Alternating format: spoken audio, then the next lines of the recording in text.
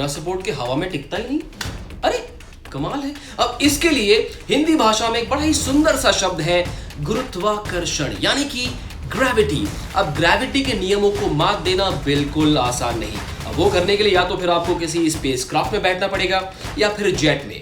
लेकिन अगर मैं आपसे ये कहूं कि भारत में एक ऐसा खेल है जिसमें खिलाड़ी लगातार ग्रेविटी के नियमों से जूझते हुए अपना बैलेंस बना पाता है, तो आप क्या कहेंगे? आप कहेंगे नहीं यार, ऐसा कैसे हो सकता है? It's impossible. अरे इट इज पॉसिबल, ऐसा हो सकता है।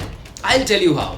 मैं हूं Manish Bhatavia and you watching the fit India, एक भारत श्रेष्ठ भारत शो। और आज जिस इंडिजिनस स्पोर्ट ऑफ इंडिया की मैं बात करने वाला हूं, उसमें 3 चीजें: तेजी यानी कि स्पीड, लचक यानी फ्लेक्सिबिलिटी और ध्यान यानी कि कंसंट्रेशन। अब इन तीनों चीजों की घुट्टी बनाकर उसमें इंसान के मसल्स का कमाल अगर जोड़ दिया जाए तो फिर जो तस्वीर हमें दिखती है, अगर वो हुनर हम देख लें तो फिर हमारी आंखें खुली की खुली रह जाएगी। और उस स्पोर्ट का नाम है मल्लखंब। मल्लखंब ट्रेडिशनली एक भारतीय खेल है जिसमें खिलाड़ी एक सीधे खंबे पर, लकड़ी पर या किसी रस्सी पर तरह तरह के योगासन का प्रदर्शन करता है। मल्लखंब खेल का नाम 2 शब्दों को मिलाकर बना है, मल्ल जिसका अर्थ होता है पहलवान और खंब यानी कि खंबा। इस खेल में इस्तेमाल होने वाला खंबा आमतौर पर शीशम की लकड़ी का बना हुआ होता है जिसे तेल से पॉलिश किया जाता है। 200 साल पहले महाराष्ट्र से शुरू हुआ यह खेल आज भारत के अलावा 26 देशों में प्रचलित है। आइए इस खेल के इतिहास के बारे में थोड़ी और जानकारी लें।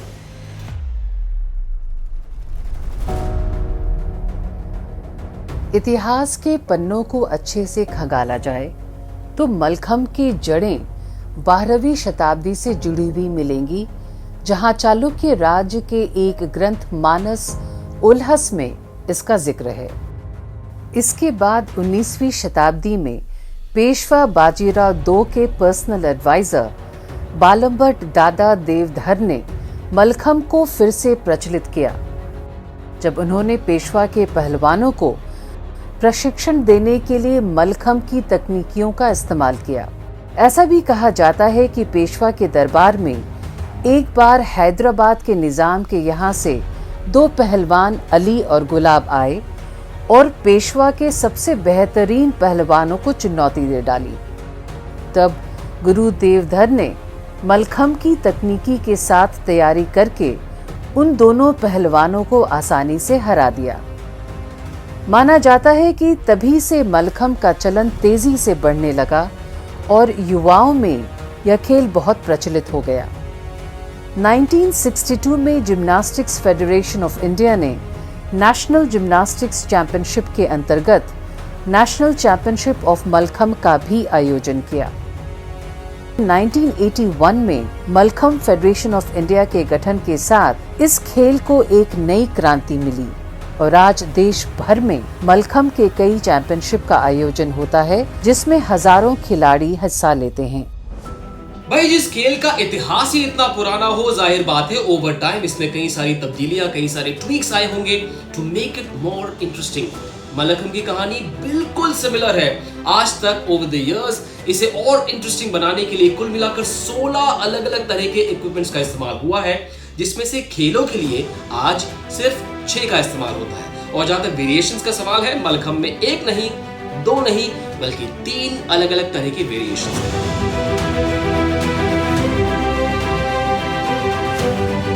सबसे पहले फिक्स्ड मल्लखंब या पोल मल्लखंब, जिसमें शीशम या टीक का एक खंबा जमीन में 10 से 12 फीट की ऊंचाई तक गड़ा होता है और क्रूड कैस्टर ऑयल से उसकी सतह को बिल्कुल स्मूथ रखा जाता है ताकि लकड़ी और खिलाड़ी के शरीर में कम से कम घर्षण हो। खंबे का डायमीटर जमीन पे 16 से 17 इंच और टॉप पे 9 से 11 इंच का होता है और इस वेरिएशन में ज्यादातर पुरुष ही हिस्सा लेते हैं। उसके बाद आता है हैंगिंग मल्लखंब, जिसमें लकड़ी के खंबे को चेन या हुक से बांधकर जमीन से 2 to 2.3 फीट की ऊंचाई पर लटका दिया जाता है और खिलाड़ियों को उस पर बैलेंसिंग एक्सरसाइजेस करनी होती है। हर समय झूलता खंबा इस वर्जन को काफी मुश्किल बना देता है। इसमें भी ज्यादातर पुरुष ही हिस्सा लेते हैं। और मल्लखंब का तीसरा वर्जन है रोप मल्लखंब, जिसमें एक रस्सी का इस्तेमाल होता है जो कि करीब 5.5 मीटर लंबी होती है और इस वर्जन में पुरुष और महिलाएं दोनों भाग लेते हैं। यार जब भी मैं किसी खिलाड़ी को मलखम के वो खतरनाक मूव्स करते हुए देखता हूँ तो मुझे यकीन ही नहीं होता। मुझे लगता है कि यार ये लोग तो शायद रबर के बने हुए। It is impossible but no they make it happen. अगर मुझे कोई कह दे कि भाई ऐसे वाले मूव्स करके दिखाओ फ्लैट जमीन पर, तो भी मैं ना कर पाऊं। I would be terrible at it but these players make it look so easy. और जाहिर बात है जो जितने ज्यादा डिफिकल्ट मूव्स कर पाए वो खिलाड़ी उतना ही बेहतर।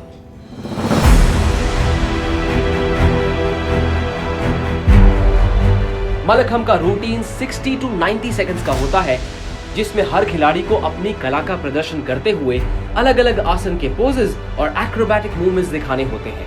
5 जजों की बेंच हर खिलाड़ी को उसकी स्पीड, ग्रेस और मलखम के वर्जन की डिफिकल्टी पर आंकते हैं। हर खिलाड़ी को 5 स्किल्स पर जज किया जाता है, जिनमें सबसे पहले है माउंटिंग, यानी किस तरह खिलाड़ी पोल पर चढ़ता है।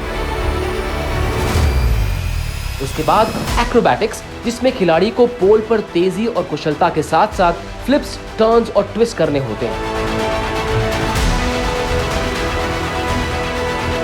नंबर 3 कैचेस, जिसमें खिलाड़ी को हवा में उड़कर खंबे को दोबारा पकड़ना होता है। नंबर 4 बैलेंसेस, जिसमें खिलाड़ी को खंबे पर बैलेंस मेंटेन करके रखना पड़ता है। और 5वां और आखिरी स्किल डिसमाउंटिंग, जहां खिलाड़ी को खंबे के टॉप से उछलकर जमीन पर लैंड करना होता है। इन सभी स्किल्स पर आकलन होने के बाद ही किसी खिलाड़ी को विजेता घोषित किया जाता है। देखा जाए तो मलखम अपने आप में योगा, जिम्नास्टिक्स और मार्शल आर्ट्स का एक परफेक्ट कॉम्बिनेशन है। और शायद यही वजह है कि मलखम का ये कमाल का खेल धीरे धीरे यंगस्टर्स के बीच काफी पॉपुलर हो रहा है और धीरे धीरे ये खेल इंटरनेशनल स्टेज पर भी पहचाना जाने लगा है। Well done.